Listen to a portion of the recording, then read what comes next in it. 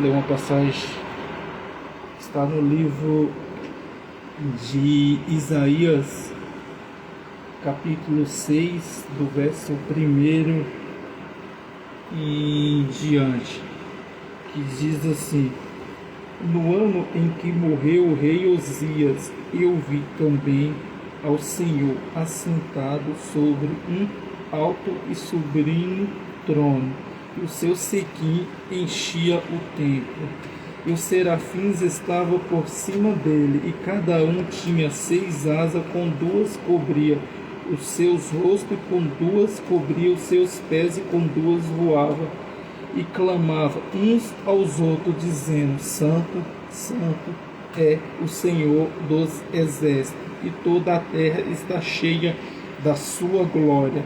E os umbrais das portas se moviam, e a voz do que clamava, e a casa se enchia de fumaça. Então disse eu: ai de mim, pois estou perdido, porque sou um homem de lábios impuros, e habito no meio de um povo de impuros lábios, e os meus olhos viu o Rei, o Senhor dos exércitos. Porém, um dos serafins voou para mim, trazendo na sua mão uma brasa viva que tirara do altar com uma tenaz. E com a brasa tocou a minha boca e disse: eis que isso toca os teus lábios, e a tua iniquidade foi tirada, e expiado o teu pecado. Depois disso, ouvi a voz do Senhor que dizia: a quem enviarei? A quem de ir por nós? Então diz: eis-me aqui, envia a mim. Glória a Deus. É algo tremendo. É uma passagem assim que fala muito ao meu coração. É uma passagem que fala do chamado do profeta Isaías. Isaías, ele começa a datar esse chamado depois da morte do rei Osias. O rei Osias, ele reinou por 52 anos e foi um grande homem, um grande rei, estrategista. Depois, no seu começo de reinado e até seu final de reinado, ele foi um rei muito próximo, um rei que fez algo grande, poderio militar, edificou a cidade de Judá, foi um grande rei. Porém, no final do seu reinado, em 2 Crônicas 26, no verso 16 ao 23, fala que ele tomou uma decisão precipitada. Ele foi queimar incenso, que era função exclusiva do sacerdote. Então ele ficou leproso, foi separado e morreu. Por que eu quis trazer esse pano de fundo? Para a gente entender porque o profeta, ele data a sua profecia dizendo que depois da morte do rei Osias, né? Eu creio que Abias Esticara, ele tinha o rei como...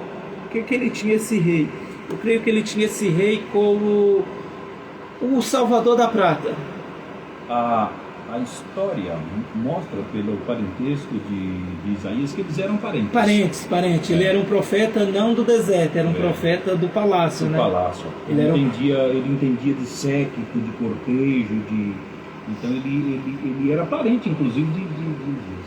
Então, assim, por isso que tem muito isso, né? E assim, quando ele morre, o rei morre, eu creio que assim, ele agora falou assim: agora o que nós acabou? Morreu o rei aqui, poderoso, morreu o rei que fazia tudo. Porém, ele entra, eu creio que ele entra também no templo para entender, né? Ele poderia entrar no templo, que ele era sacerdote, ele era profeta, mas o rei não. O rei entrou e ficou leproso, aí o rei morreu. Mas agora Osias morreu, acabou. Agora o profeta, ele entra no templo, e quando ele entra no templo acontece algo maravilhoso. Ele tem o que? Ele tem uma visão ele entra no templo para cultuar, mas ele é levado no lugar santo, no templo de Deus, ele é levado no alto céu, ele é levado no céu, e Deus começa a mostrar um interessante quando no texto que a gente leu, Deus ele não fala nada com ele. Ele só começa a ver o que está acontecendo. Ele só teve a visão do que estava acontecendo. E ele começou a ver. E ele começa a narrar. Que ele viu. Ele fala da glória de Deus que encheu o templo. Ele disse que os serafins voavam. É engraçado, né? Que nós vamos para o culto, ficamos o culto todo com os braços cruzados. Não damos um aleluia, não damos um glória a Deus. E aqui não. Os serafins, eles tem as asas, com duas voa, com duas tapa o rosto, com duas tapa os pés, de tão grande a reverência que eles têm com o Senhor. E hoje nós temos alguma reverência com o Senhor? Não, o povo perdeu o temor de Deus. O povo vive algo que foi implantado na nossa nação, que veio dos Estados Unidos, que a hipergraça, que pode tudo, que faz tudo, que Deus é amor, que nós somos o pequeno Deus. Tá bom, vai nessa. Funda nesse barco furado aí, para ver o que vai acontecer no futuro. E ele começa a relatar o acontecimento. E ele começa a relatar que os serafins voavam e uns clamavam dizendo: Santo, Santo é o Senhor dos exércitos, e toda a terra está cheia da sua glória. E a glória era tanto que movia tudo. E eu quero focar aqui no 5. E ele diz: então disse eu, ai de mim, pois estou perdido, porque sou um homem de lábios impuros, e habito no meio de um povo de lábios impuros, e meus olhos viu o Senhor dos exércitos. Engraçado, né? Aqui é um aprendizado muito grande. Quanto mais perto de Deus que nós nos chegamos, nós vemos os defeitos em nós. Que ele diz: ai de mim.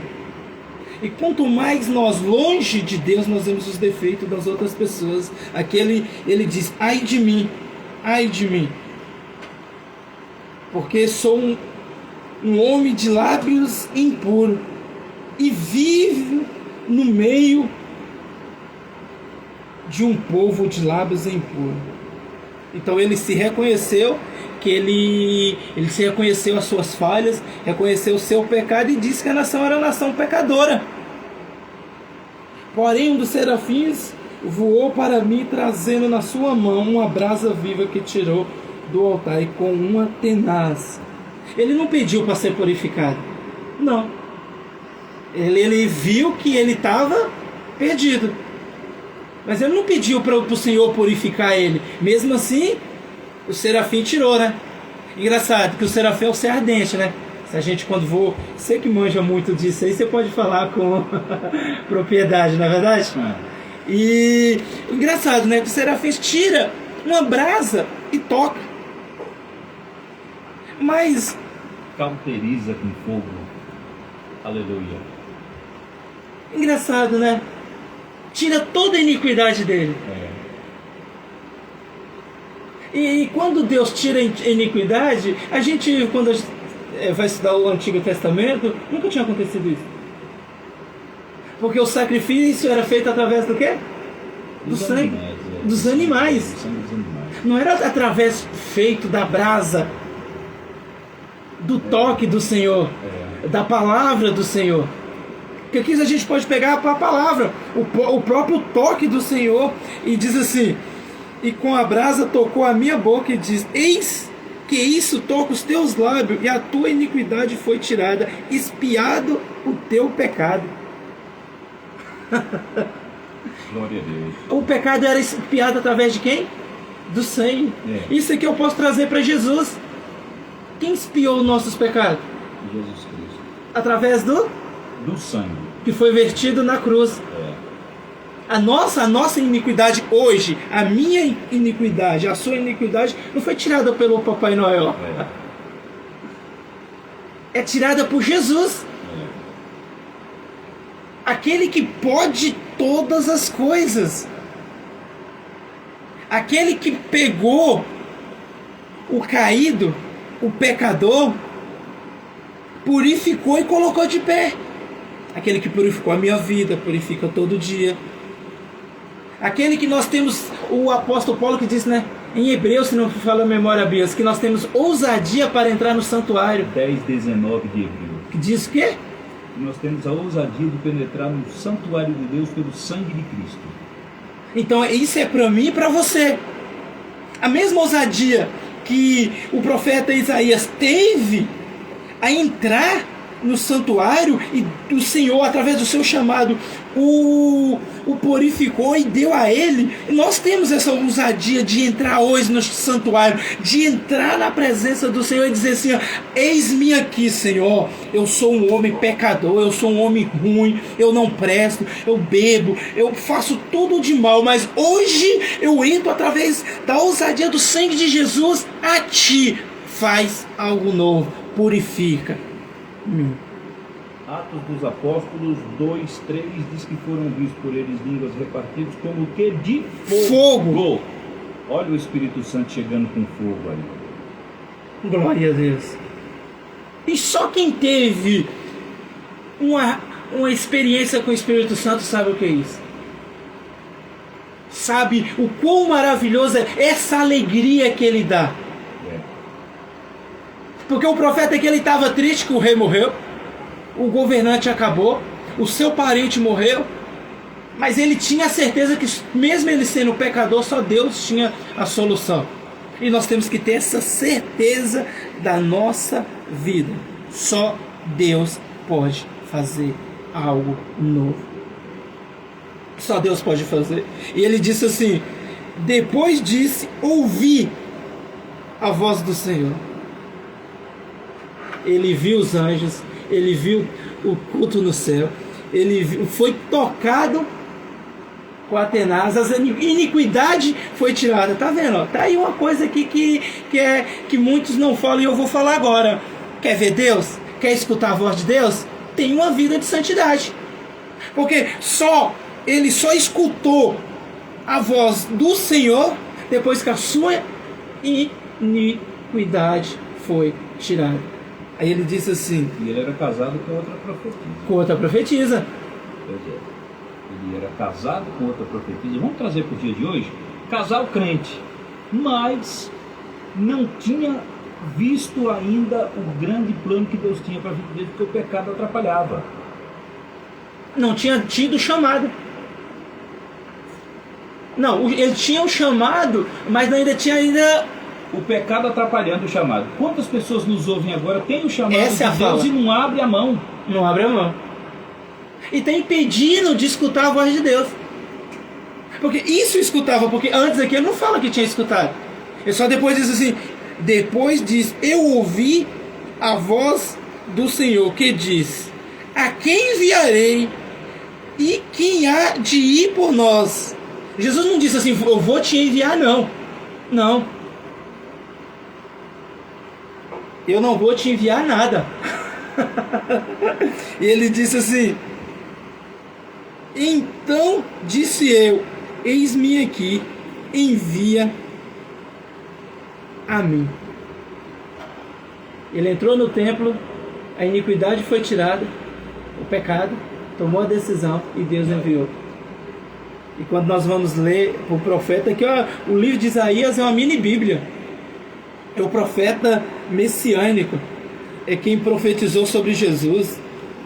Se a gente for ler aqui um pouquinho mais na frente, Isaías capítulo 7, verso 14 diz assim, portanto, o Senhor vos dará um sinal, eis que a virgem conceberá e dará à luz um filho e chamará Emanuel. Quer dizer o quê? Deus conosco. O Deus conosco. O Deus conosco. Que tanto você comemorou? Muitos comemorou aí o nascimento de Jesus, nem sem saber quem é Jesus. Não sabe nem se onde é a data. Não é verdade? Sim. Jesus nasceu dia 25? Não, e foi bebedeira, foi um monte de coisa. Foge tudo do propósito. É. Salvador, coisa nenhuma. Um menino nos nasceu. Filho se nos deu. O seu nome será maravilhoso, Pai da eternidade, Príncipe da paz. Aleluia. Conselheiro, Deus forte. Conselheiro Deus forte. 5 características de Jesus. Aleluia. E muitos comemorou sem saber o que é. É.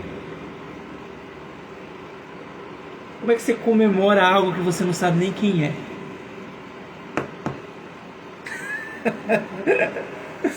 Para, pensa e conheça Jesus. Convide Ele para entrar na sua vida, não Noé de barbinha branca. Porque a manjedoura está vazia, a cruz está vazia, o túmulo está vazio. Aleluia. E o trono está ocupado. Eu sempre disse que a cruz está vazia, o túmulo e o trono está. Mas essa semana eu estava pensando, a manjedoura está vazia.